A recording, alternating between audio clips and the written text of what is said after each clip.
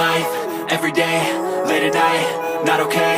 All I want, and I pray, all I need are some better days. Fuck me, I'm looking in the mirror, so foggy, but I've never seen clearer. I don't really think anyone can save me, and honestly I'm not really sure I want saving. I like to be my own worst enemy. There's no risk if you don't try at anything, so I'ma just keep buying everything. See you in the next life, have to be a better me. I don't think that my head's on straight, gotta flip it and grip it and go and get an x-ray.